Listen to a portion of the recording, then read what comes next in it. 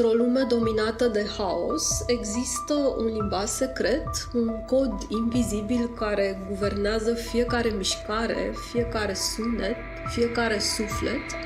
Pitagora a descoperit nu doar teoreme, ci cheia către înțelepciunea universului. Numerele. Dincolo de simpla aritmetică, ele conțin vibrațiile universului. Dar ce este real și ce este doar legendă? Există secretele numerelor? Din cele mai vechi timpuri, oamenii au fost fascinați de numere. De la egipteni la babilonieni, de la romani la greci, fiecare civilizație a avut propriul său sistem numerologic, dar niciunul nu a avut impactul enorm pe care l-a avut Pitagora. Numerele par simple simboluri, dar Pitagora, unul dintre cei mai străluciți gânditori ai lumii antice, credea că ele sunt mai mult decât atât. În fiecare număr, el vedea un mesaj ascuns, o lege cosmică. Numerologia lui Pitagora este poate una dintre cele mai misterioase moșteniri pe care ni le-a lăsat. Potrivit viziunii sale, numerele nu sunt doar instrumente matematice, ci porți către înțelegerea universului. Ce i-a determinat pe oameni să creadă că numerele pot dezvălui destinul și secretele vieții. De-a lungul istoriei, numerologia a fost folosită de mari lideri și gânditori pentru a înțelege structura lumii și a vieții lor. Împărați, politicieni și oameni de afaceri au apelat la puterea numerelor pentru a lua decizii cruciale. Dar este acest sistem cu adevărat o cale către adevăr sau doar o frumoasă iluzie? Dacă doresc să afli mai multe despre cum au folosit liderii celebri astrologia pentru a schimba soarta lumii, în descrierea acestui video și în comentarii vei găsi link către materialul Top 10 lideri care au folosit astrologia în decizii istorice. Fascinația oamenilor pentru numerologie. Oamenii au fost mereu atrași de ideea că există un tipar ascuns în tot ceea ce facem, că haosul vieții poate fi ordonat, că destinul poate fi înțeles. Pitagora, unul dintre cei mai influenți matematicieni și filozofi din istoria omenirii, a crezut că toate lucrurile din univers pot fi explicate prin numere. În filozofia sa, fiecare număr avea o semnificație profundă, fiind legat de legile fundamentale ale cosmosului. Fascinația oamenilor pentru numerologie nu este o noutate. De la regii antici care consultau numerologi pentru a stabili cele mai bune momente pentru războaie și alianțe, până la oamenii de astăzi care își caută sensul vieții în numerologia personală. Dar de unde vine această putere a numerelor? Ce l-a determinat pe Pitagora să creadă că acestea nu sunt doar simboluri matematice, ci și cheia înțelegerii realității. Numerologia nu a fost doar o curiozitate istorică.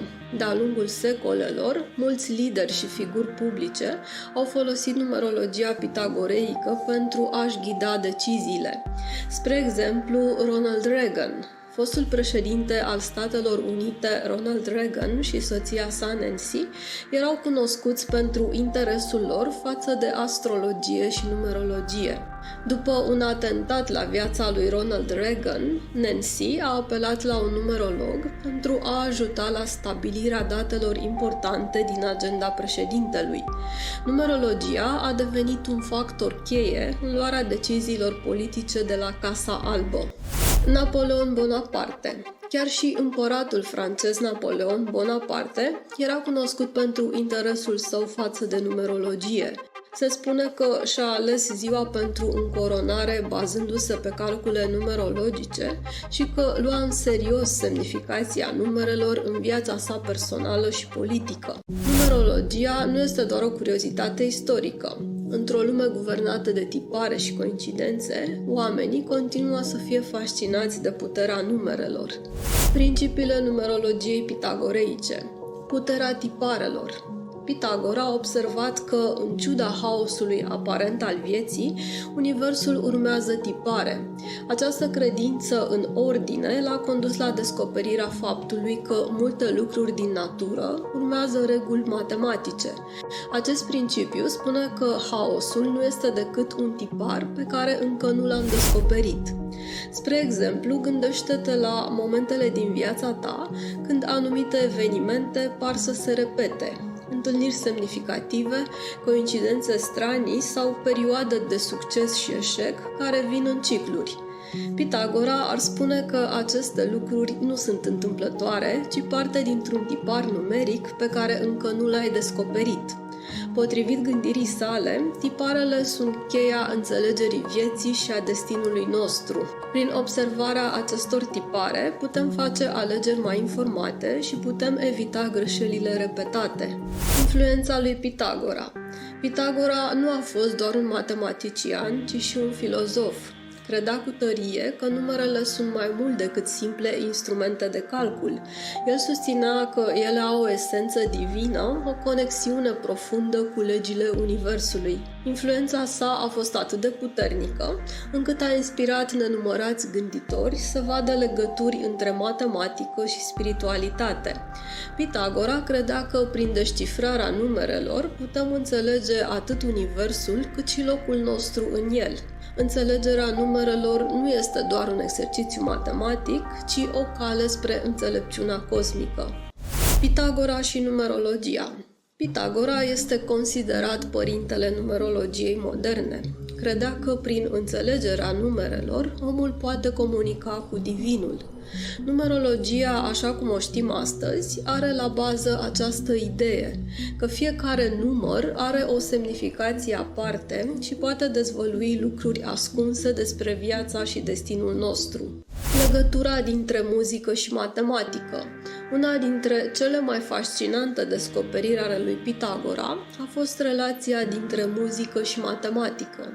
El a observat că sunetele armonice pot fi exprimate prin raporturi numerice, conducând la ideea de musica universalis, de armonia sferelor, credința că universul vibrează într-o armonie matematică. Această idee a stat la baza teoriei muzicale și a avut o influență profundă asupra înțelegerii noastre moderne, asupra sunetului și a vibrațiilor. Dacă dorești să afli mai multe despre numerologie, în descrierea acestui video și în comentarii vei găsi link către materialul Istoria numerologiei pe scurt, din antichitate până în prezent. Din punct de vedere științific, există păreri împărțite în ceea ce privește numerologia. În timp ce unii susțin că numerologia nu are baze solide și că este mai mult o pseudoștiință, există alții care consideră că matematica joacă un rol mult mai profund în înțelegerea realității noastre. Totuși, niciuna dintre aceste perspective nu poate infirma complet ipotezele lui Pitagora, lăsând loc pentru dezbatere. Numerologia pitagoreică rămâne un mister, un punct de întâlnire între știință și spiritualitate. Într-un final, adevărul despre numere și influența lor asupra vieților noastre poate fi o chestiune de credință. Dar ceea ce nu putem nega este impactul profund al numerelor asupra lumii în care trăim, fie că le folosim pentru a construi poduri, pentru a face muzică sau pentru a descifra sensul vieții. În cele din urmă, numerologia pitagoreică ne încurajează să privim dincolo de suprafață și să căutăm tiparele ascunse care guvernează viața noastră. Dar este aceasta doar o iluzie plăcută, o metodă prin care încercăm să aducem ordine în haosul vieții, sau există cu adevărat o putere cosmică în numere, capabilă să ne dezvăluie destinul? Aceasta este o întrebare deschisă care lasă loc de dezbatere și introspecție. Ce crezi? Mulțumesc că m-ai urmărit, pe data viitoare! Dacă acest material ți s-a părut interesant, te rog să îi acorzi un like. Pentru acces simplu la conținut similar, te poți abona la acest canal de YouTube și prin activarea clopoțelului vei fi notificat de fiecare dată când un material nou este publicat.